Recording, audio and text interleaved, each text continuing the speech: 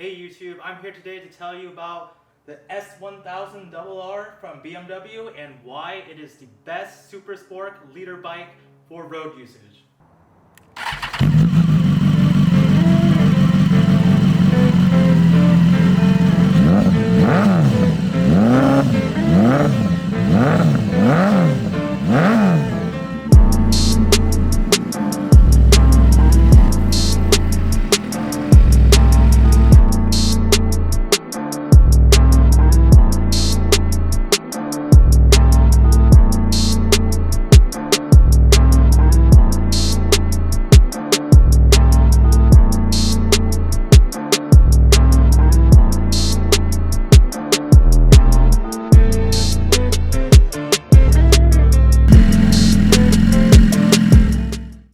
Today I'm not going to talk about the pure performance aspect of the S1000RR. In all honesty, in the super bike segment, for leader bikes, full fairing, race replicas, they're all more similar than they are different. I mean, the tenths of a second you're going to notice between an S1000RR and a CBR 1000RR and an R1, you probably will never get those kind of differences on the track because most people ride the motorcycle on the road and maybe have a track day once in a blue moon. Instead, I want to talk about the quirks and the features that make the S1000RR a really, really good road bike. And back in 2010, and then even more so in 2014, BMW added a slew of features to their super sport line that set a precedent for super bikes today and how people use them and how they're marketed. They've become more luxurious and have more touring capability and daily rideability than ever.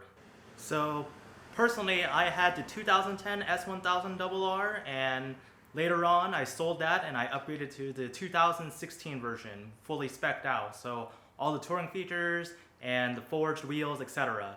So my version is pretty much the same as the current version. So 2017, 2018, 2015 are all pretty much the same, minus a few little things.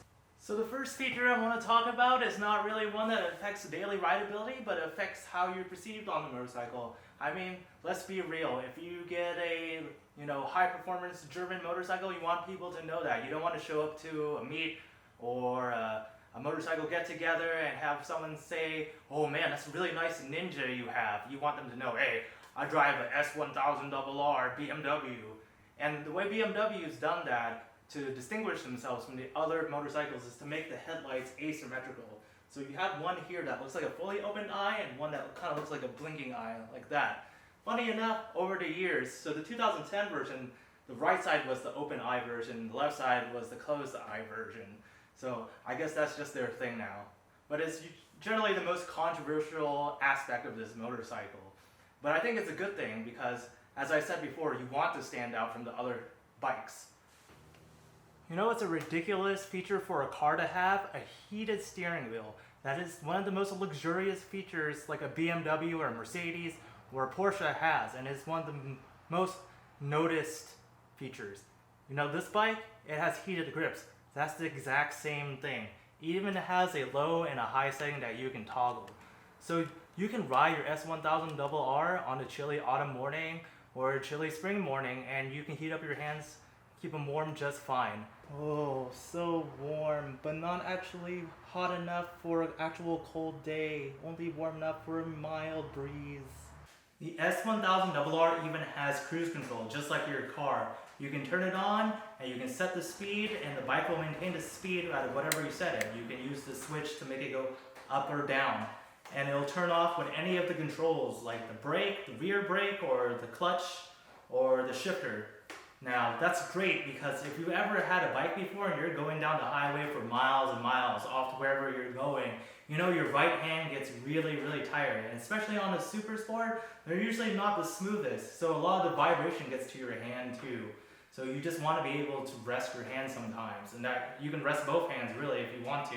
You also don't have to use those super janky throttle locks where it clips on to the right side of your throttle and it literally mechanically locks the throttle in place. Can you imagine these days with cell phones and people mounting them on their bikes And if you accidentally get caught in a situation where you can't get the throttle lock off, oh my gosh. So quick shifters back in 2010, the only way you could get them was to get them aftermarket. And those always didn't work exactly perfect. Or you could try to do it, with the throttle. But in 2010, BMW added the up quick shifter to the S1000RR. Quick upshifter lets you shift the motorcycle without using the clutch, and it does it perfect every time by cutting the throttle just for a split second. Now in 2015, they went one step further. They added a quick downshifter. So now you can upshift and downshift the bike without ever touching the clutch. The only time you ever touch the clutch is to get going from the stop. And the downshifter, what's great about that is that it does rev matching. So every time you hit it, you get that awesome, perfect blip. That even, I'm sure anyone will screw up once in a while when they're doing it manually. Now let me show you how that sounds in the clip ahead.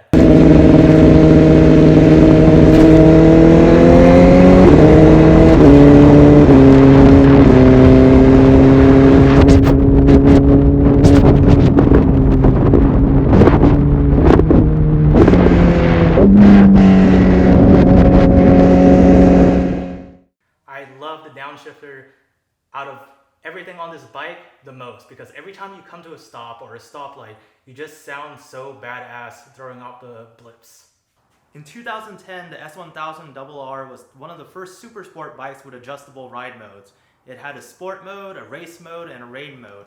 And those would change the throttle mapping and the amount of traction control the bike would use depending on the situation. So if you were caught in the rain like I usually get because I live in Seattle, I can make it so the throttle is less twitchy.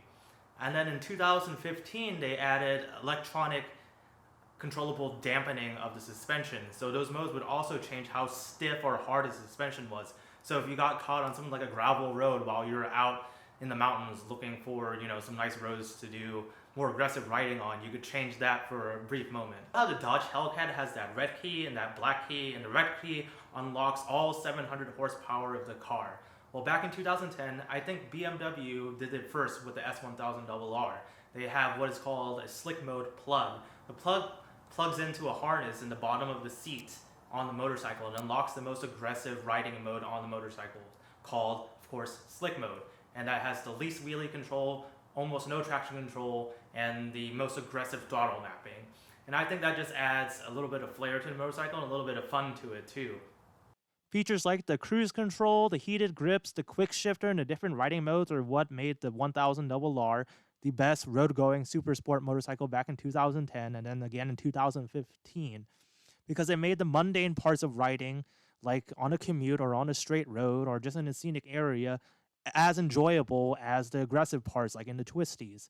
Now, really any motorcycle with these features today are just as good road bikes, but BMW set the precedent back then. And many manufacturers that are not BMW are only catching up today.